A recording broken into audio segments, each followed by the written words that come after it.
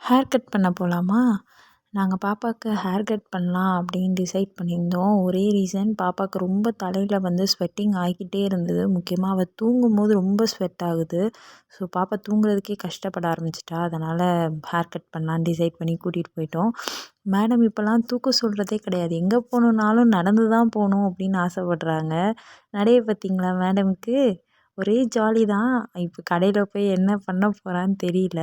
எங்கள் ஃப்ரெண்ட்ஸ் தான் இந்த ஷாப் வந்து எங்களுக்கு சொல்லியிருந்தாங்க. இங்கே நல்லா கட் பண்ணுவாங்க, கூட்டு போங்க அப்படின்ட்டு.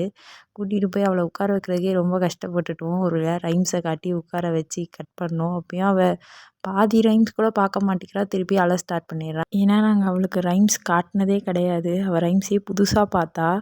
அப்புறம் மேடம் ரொம்ப கோவத்தின் உச்சத்திலேயே இருந்தாங்க. அப்புறம் வெளியே கூட்டிகிட்டு போய் அங்கே கொஞ்சம் புறாலாம் இருந்தது. அதெல்லாம் காட்டி அவளை டைவர்ட் பண்ணிக்கிட்டு இருந்தேன். அவங்க அப்பா ஹேர் கட் பண்ணிவிட்டு வந்தார். வந்ததும் கடைக்கு போய் ஒரு டீயை போட்டுட்டு அப்படியே வந்து கொஞ்சம் ஸ்நாக்ஸ் எல்லாம் வாங்கி சாப்பிட்டுட்டு அப்படியே அந்த டேவை சூப்பராக என்ஜாய் பண்ணி முடிச்சிட்டோம். உங்கள் பாப்பாங்களுக்கும் இந்த மாதிரி ஸ்வெட்டிங்னால ஹேர் கட் பண்ணியிருக்கீங்களான்னு கமெண்ட்டில் சொல்லுங்கள். பாய்.